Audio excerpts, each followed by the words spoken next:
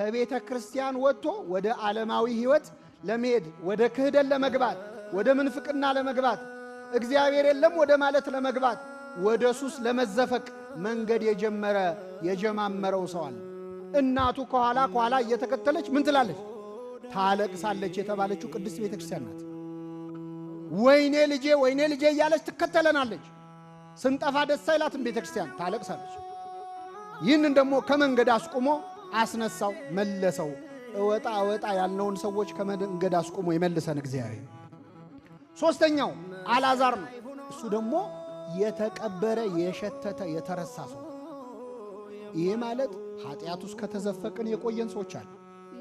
4 ቀን ያለፈን ማለት ይሸታል አለች ይላል። ይሸታል የተባለው ምንድነው? ቤተክርስቲያን ውስጥ ያለን ሰዎች አለን እንደ ማርታ ይሸታል ምን እገሌ ወደ ቤተክርስቲያን ይምጣ ሲባል እሱ ገና አሁን ህይወቱ ጥሩ አይደለም፣ ሱሰኛ ነው። አሁን እሱ ለእንደዚያ ነገር ይሆናል ብለን የምንገምተው እንደ ሐናንያ ሳውልን ሲመርጠው አይ እሱ እኮ አይሆንም ማሳዳጅ ነው እንዳለው ማለት አይሆኑም የምንላቸው ሰዎች አሉ። ለእግዚአብሔር የሚሆኑ ምርጥቃዎች ይሸታል አለች። ጸጉር አቆራረጡ፣ አለባበሱ ግቢ ጉባኤ ተማሪዎች ስለሆናችሁ መቼስ ይሄ ይገባቸዋል። ስንት ሰዎች እኮ ከግቢ ጉባኤ አሸማቀን ያባረርናቸው ሰዎች አሉ። ባለባበሳቸው ምክንያት፣ ባነጋገራቸው ምክንያት ገብተው መስተካከል ሲገባቸው ተስተካክለው ካልሆነ አይገቡም ብለን የመለስናቸው ሰዎች አሉ። መጽሔት ላይ አይወጡም ተብለው ስንት ሰዎች እኮ ጠፍተዋል ከግቢ ጉባኤ መጽሔት። ሰው በሰማይ መዝገብ ስሙ ተጽፎ ቤተ ክርስቲያን ከእግዚአብሔር ሕዝብ ቆጥረው መጽሔት ላይ ወጣም ተብለው እኮ ሃይማኖት የቀየሩ የካዱ የተጎዱ ሰዎች ይሸታል የሚሉ ማርታዎች አለና ቤተ ክርስቲያን ውስጥ። አይ እሱ አይሆንም፣ እሱ ስርዓት አልጠበቀም፣ ትውፊቱን አልጠበቀም። ትውፊቱ መልካም ነው፣ ከሰው ነፍስ ግን አይቀድምም። ሰው ክርስትና ሲገባው አይደለም አለባበሱን አንገቱን ይሰጣል። አይሰጥም?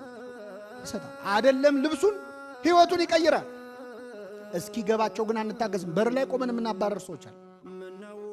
ገብተው ይለወጡ ሳይሆን ተለውጠው ይግቡ የምንላቸው ሰዎች አሉ። ይሸታሃል ጌታ ሆይ አይሆንም ማለችው። ክርስቶስ ብታምኚ የእግዚአብሔርን ሥራ እንደምታይ አልነገርኩሽምን አላት። ከዚያ አልዓዛር ውጣ አለው። ሰውየውም ወዲያውኑ ከነመግነዙ ወጣ ይላል። ስሙ የተመሰገነ ይሁን። ማን ውጣ አለው?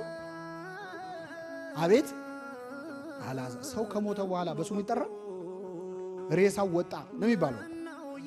እገሌ መጣ፣ አሁን ሄኖክ መጣ የምትሉ ሰዎች ብሞት ግን ሄኖክ ወጣ እንዳይባል ምን ወጣ ነው የሚባለው? ሬሳ። ትንሽ የተማረው አስከሬኑ ይላል አይደል? ግን ያው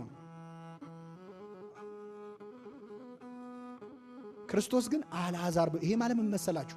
ሰዎች ሬሳው ሲሉ ክርስቶስ አልዓዛር ይላል። ሰዎች ዘማዊው ሲሉ ክርስቶስ ግን በክርስትና ስም ነው የሚጠራ። ሰካራሙ ሲሉ በክፉ ምግባር ሲጠሩ እሱ ግን በዚያ ስም ነው የሚጠራ፣ በቀድሞ ስም። አልዓዛር ውጣ አለው። ሰውየውም ወዲያውኑ ከነመግነዙ ወጣ።